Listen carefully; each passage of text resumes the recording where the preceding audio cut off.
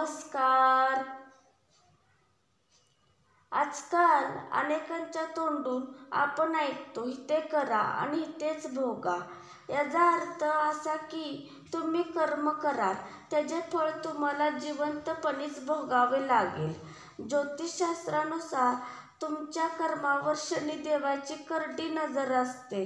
तुम्ही कसे वागता, मोठ्यांचा आदर करता की नाही, आपल्याहून खालच्या स्तरातील लोकांना कसे वागवता, श्रीमंत लोकांसाठी सांगायचं झालं तर तुमचे धन तुम्ही साठवून ठेवता की गरिबांना वाटता, अशा प्रत्येक वागणुकीची हिशोब कधी ना कधी तरी होतोच.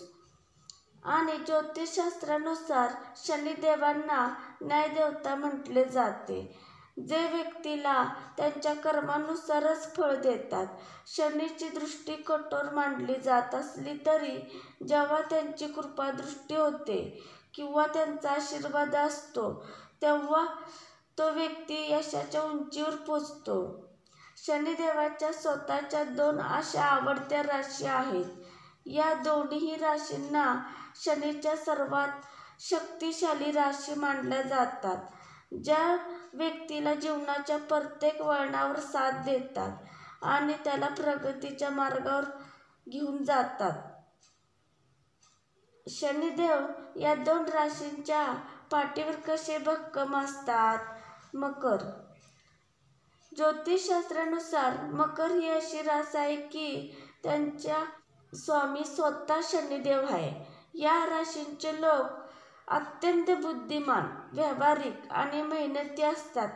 मकर राशीचे लोक त्यांच्या करिअरमध्ये अनेकदा मोठी उंची गाठतात, कारण ते संयम, शिस्त आणि कठोर परिश्रम यावर विश्वास ठेवतात. म्हणूनच याला कर्माच्या मार्गावर पुढे जाणारी राशी म्हटले जाते.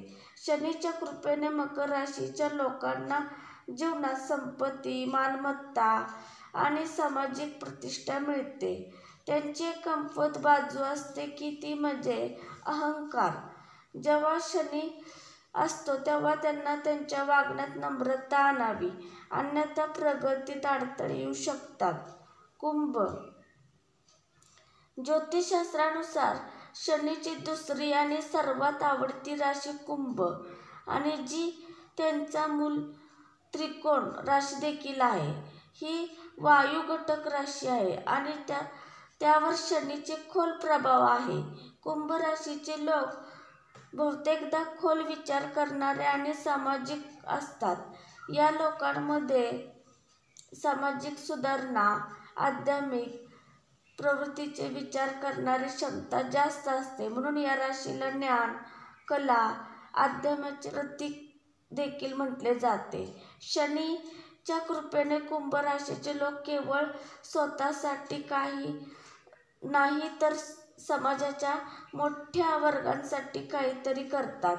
त्यांचे विचार पारंपरिक विचारांपेक्षा वेगळे असतात, ज्यामुळे त्यांना तंत्रज्ञान आणि सर्जनशील क्षेत्रात मोठे यश मिळते.